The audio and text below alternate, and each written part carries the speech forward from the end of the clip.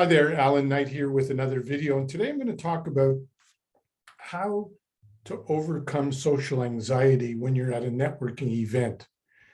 You know, networking is so important, especially if you're in your own business, whether it's a home-based business or just as simply an entrepreneur.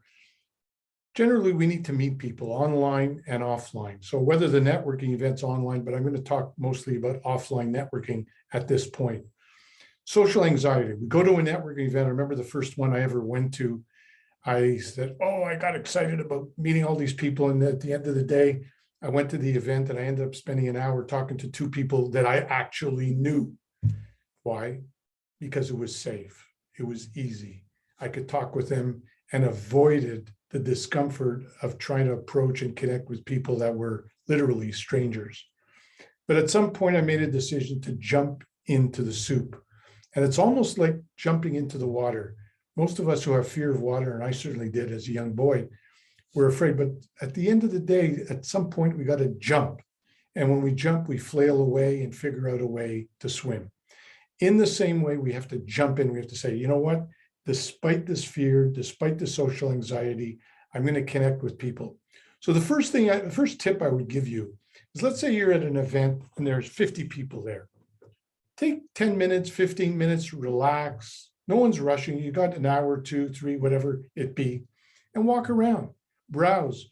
If it's a trade show and there are tables, you're looking at things, you're looking at people, and get a feel as you walk by people. Sometimes you get a sense of people that might be a little easier to connect with than others. And you can go by your feel and your intuition. So you can make a mental note that as I walk around this room a second and third time, that's a person I feel more likely to connect with. So let's say you do that, you walk around a couple, 2, 3 times, and you have in your mind a mental list of 6 people that you're going to approach. So at some point you say, okay, I'm ready to connect. And then you see a person walking or standing at a table. You stand at the table next to them, and you might make a little comment, say, yeah, by the way, that's a great book. If you're talking about books that are piled out of the table, you might just a simple statement about something in the moment. Or you're walking around the room and they have a beautiful flower in their pocket, or something. I'm just using it as a stupid example. Wow, where'd you get that flower? I want one. Make a silly breaking the ice comment so that the person will smile and say, hey, hi, my name's Alan. What's your name? Jane Doe, John Doe, whatever it be. And then you're there. Oh, great. What brings you to this? What brings you to this event? Well, I'm here because of that, and you're off to the races. You just have a casual conversation with no expectation, and that's the second thing. The second thing is have no expectation of any sales or achieving a goal. The only goal you should have is to connect with as many people as you feel comfortable that you would like to connect with. Forget about the result. The results will come in their own time, but the results come primarily by you connecting effectively with a person and building rapport. So your first goal, once you break the ice and finally walk up to somebody, is to simply connect with them and build the foundations of a healthy rapport. Third thing I recommend is when you start talking with someone, ask some questions, because people generally love talking about themselves. Some that are also quite fearful might be a little distant. And if they are, then you can be more forthright in talking. But a lot of people love to be asked questions.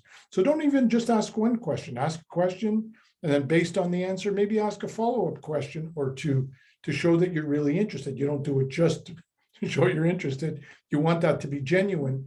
But by asking questions, people are generally going to have, wow, this person's actually interested in what I'm all about. So ask a series of questions, and based on those questions, they might trigger further questions, or they might trigger a comment that you make about their answers, because you can relate to what their answer is all about. So this is building rapport, asking questions, going back and forth. It's the social dance. And then at some point, you either say, by the way, what do you do career-wise? Then they tell you what they do. Then you tell them what you do. Who knows what might come just from that question alone. At the very end, hopefully you exchange cards, you exchange contact information. Maybe if there's a good reason, you can connect later and have a coffee together or a meeting. Depends where the conversation goes. So you want to walk around, you want to get a feel of people that you can walk up to. You won't always be correct, but get a good feeling of them. Then connect, break the ice in a simple, fun way. Then ask some creative, unique questions that show you're interested and stimulate the potential conversation that goes back and forth, and ultimately get some call to action, meaning maybe we can get together, let's exchange contact information, and let's follow it up. And who knows where it's going to go from there. So that's the beginning of jump. And once you do that at one event, and then a second event, and then a third event, that's one way you're going to overcome social anxiety, because the more you actually go to these events, the more people you connect with. It's like sales. Once you make your first sale, it's easier to make the second sale. It's even easier to make the third sale. Same with networking. And once you do that, time and time again, you, like anybody else, can become an effective networker. I'm a wonderful networker. What does that mean? I'm good at breaking the ice and connecting with people. Why? Because I started off with fear and social anxiety and did exactly what I just recommended you do. So hopefully this helps, and we'll talk to you real soon.